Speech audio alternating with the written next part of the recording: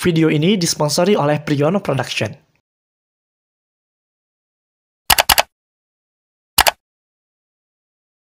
Hai, selamat datang kembali di Nonton Lagi Channel. Bagaimana nih kabar kalian? Semoga baik-baik saja ya. Di episode kali ini kita akan membahas suatu teori dan konspirasi yang paling kalian tunggu. Bersiaplah.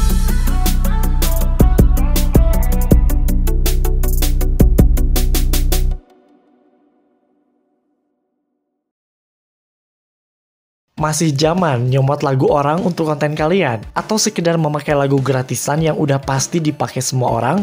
Nggak lagi deh, sudah saatnya kamu untuk punya signature musikmu sendiri. Di Priono Production, kamu bisa bebas mengcustom musikmu sesuai dengan apa yang kamu inginkan. Kamu bisa realisasikan imajinasi untuk kontenmu dengan musik yang kamu buat sendiri. Priono Production menerima berbagai macam pembuatan musik untuk kebutuhan apapun. Mulai dari artis original song, background music and soundtrack, musik komersil atau jingle, special effects dan scoring, visual effects, bahkan kamu bisa bikin TikTok signature song kamu sendiri. Langsung aja cek katalog dan musik sampel serta informasi selengkapnya di Instagram @prionoproduction atau cek link yang ada di deskripsi. Priono Production, realize your imagination. Jadi, apakah kalian sudah menonton teori dalam film Incredibles kemarin? Kita berharap banget video tersebut bisa menjawab pertanyaan-pertanyaan kalian.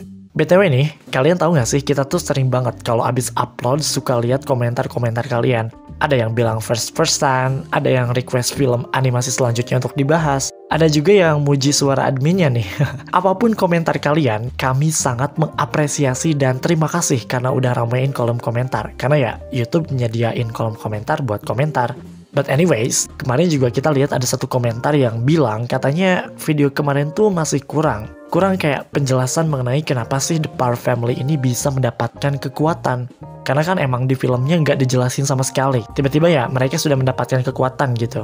Nah, kita juga merasakan hal itu. Tidak adanya penjelasan mengenai bagaimana orang-orang ini bisa mendapatkan kekuatan, bisa menjadi plot holes yang cukup besar. Kita sering melihat film-film superhero dan biasanya itu diliatin dulu kenapa superhero mereka itu bisa mendapatkan kekuatan. Misalnya Steve Rogers aka Captain America disebabkan karena serangkaian eksperimen. Atau Bruce Banner alias Hulk gara-gara radiasi gamma. Atau Spider-Man Peter Parker bisa ngeluarin jaring laba-laba dari tangannya karena pernah digigit laba-laba radioaktif.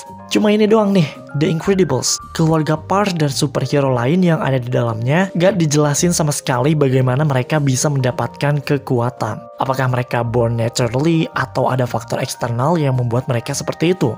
Oke, di video ini kami akan mencoba menjelaskan mengenai alasan mengapa mereka bisa mendapatkan kekuatan super dan ada konspirasi apa sih yang menyelimutinya. So, seperti biasa, sebelum kita masuk ke dalam teorinya, jangan lupa untuk like, share, dan komen jika kalian suka video ini. Tekan tombol subscribe dan aktifkan notifikasi loncengnya supaya kalian tidak pernah ketinggalan video-video terbaru dari kami dan sebagai bentuk dukungan kalian terhadap berkembangnya channel ini. Oke, ini dia teori gelap Disney Pixar 18, episode penjelasan mengenai kekuatan super.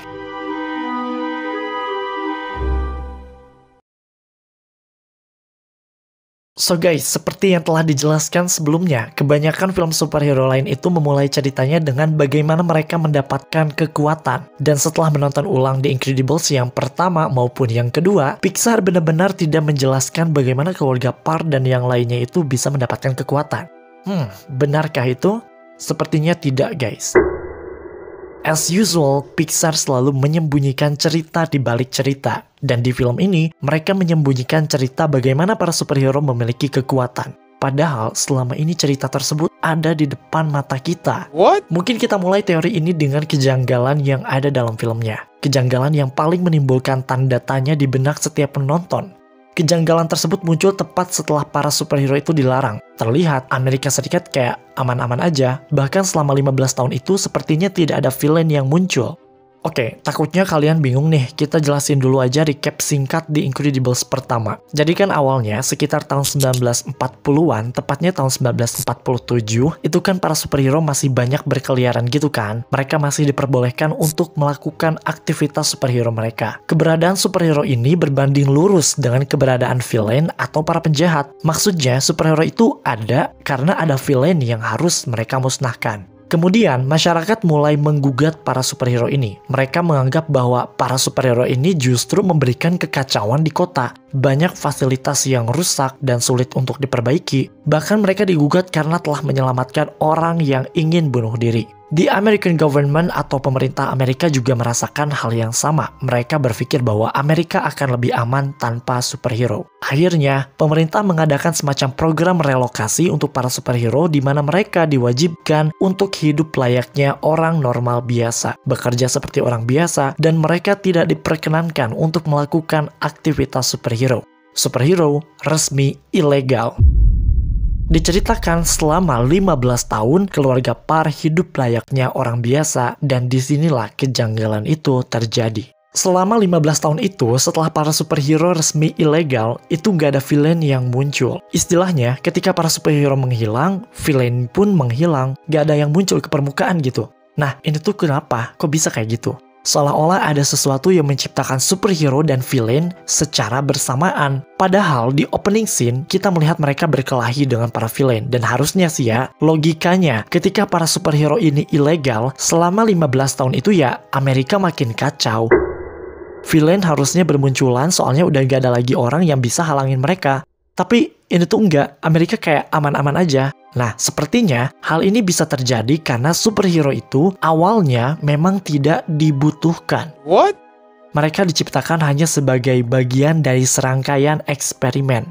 Namun, setelah melihat hasilnya, mereka malah overkill, berlebihan gitu dalam menghadapi para penjahat. Akhirnya mereka resmi diilegalkan. Kata berlebihan di sini merujuk pada bagaimana para supers itu menghentikan para penjahat. Jika kalian amati lebih dalam nih ya, di film The Incredibles ini emang ada nih superhero. Ada yang bisa melenturkan tubuh, tahan banting, bisa mengeluarkan shield dan semacamnya. Tapi gak ada yang namanya super villain. Villain-villain yang ada di sini tuh sebenarnya orang biasa, gak punya kekuatan super. Seperti Underminer, Bomb Voyage, bahkan kayak Syndrome dan Screenslaver pun alias si Evelyn Deavor, itu tuh mereka manusia biasa, cuma emang pintar, kaya, dan punya teknologi. Nah makanya, mereka orang biasa tapi berhadapan dengan orang-orang super, mereka dibilang overkill atau berlebihan karena sejatinya polisi atau mungkin tentara pun itu bisa mengatasi permasalahan itu. Makanya para superhero ini sejak awal emang gak dibutuhin dan berlebihan dalam menghadapi para villain. Maksudnya kayak banyak fasilitas yang rusak di mana-mana gitu, padahal yang mereka hadapi itu ya manusia biasa sebenarnya gitu loh.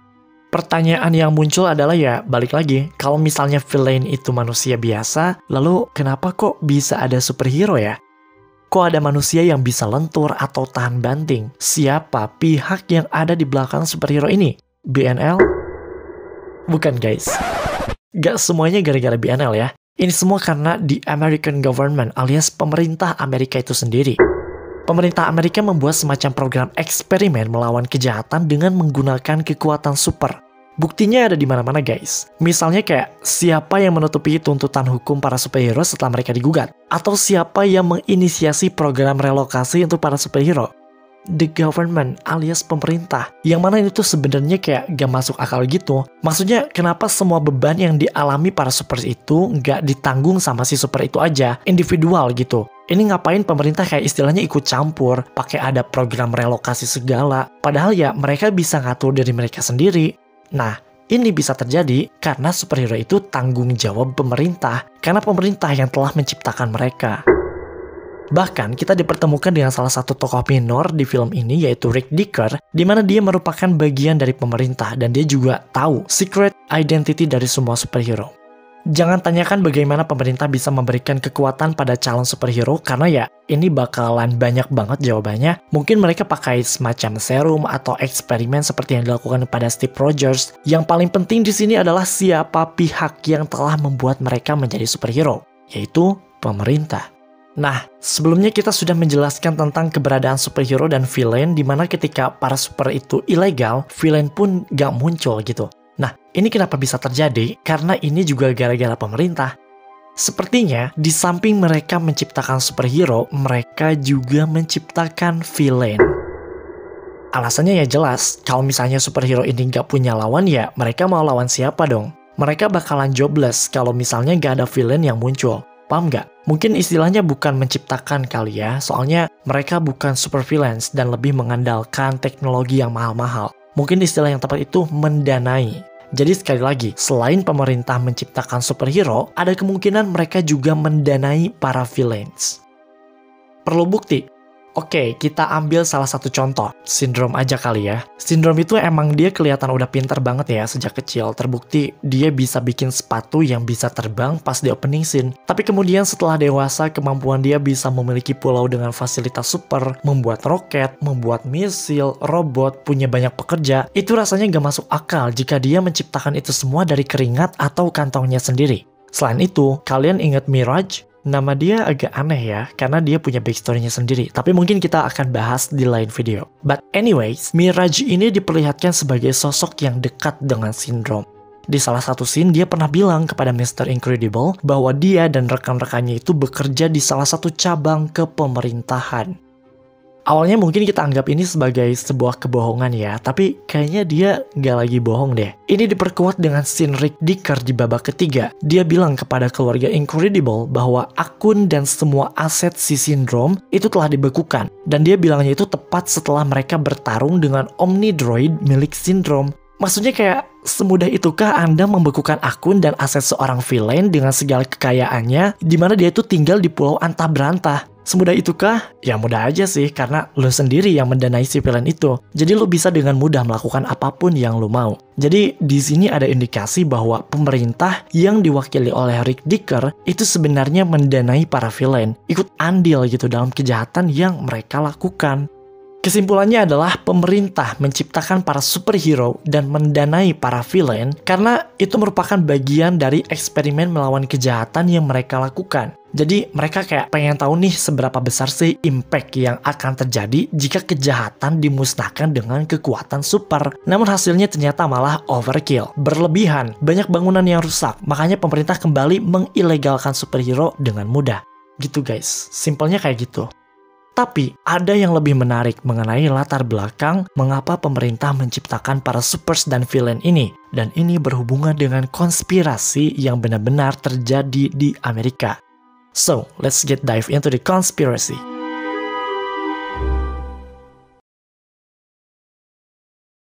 Jadi nih guys, alih-alih pemerintah ingin mencari tahu impact dan serangkaian eksperimen yang mereka lakukan, justru sebenarnya pemerintah memiliki sesuatu yang disembunyikan dan mereka tidak ingin publik tahu akan hal ini. Makanya mereka membuat superhero dan villain supaya perhatian publik jadi teralihkan pada mereka, bukan pada pemerintah, karena pemerintah sedang berada dalam sebuah misi yang gelap. Misi apakah itu? Perlu kalian ketahui bahwa The Incredibles bersetting tahun 1960-an, tepatnya tahun 1962. Hal ini bisa dilihat dalam salah satu scene ketika Mr. Incredible membaca koran, dan di sana tertulis bulan Mei tahun 1962.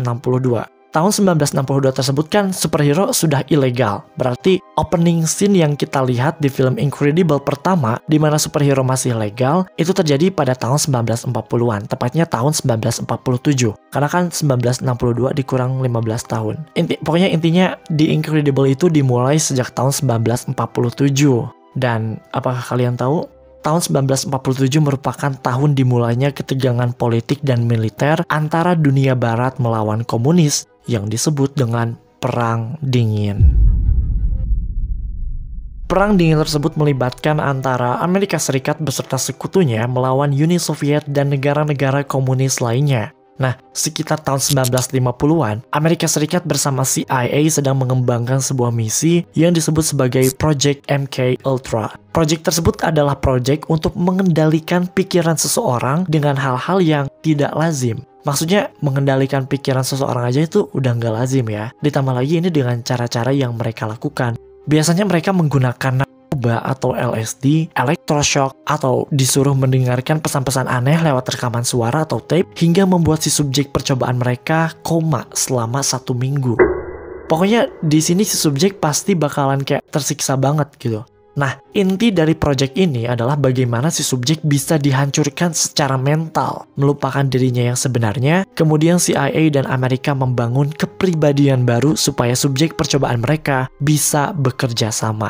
Biasanya, yang mereka jadikan subjek itu adalah tahanan, supaya mereka bisa membocorkan rahasia lawan. Project ini sudah tentu ilegal, tidak manusiawi, dan akhirnya terkuak hingga tahun 1970-an. Nah, sepertinya The Incredibles itu berusaha memberitahu kita akan hal ini lewat filmnya.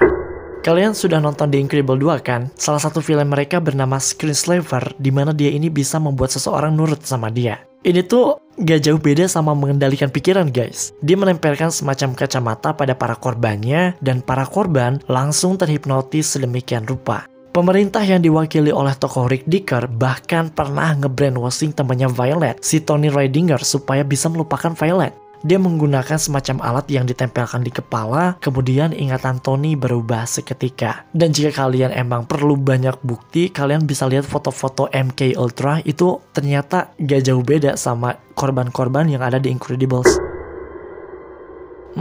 Apakah sebenarnya The Incredibles berusaha memberitahu kita akan project ini? Coba komen di bawah.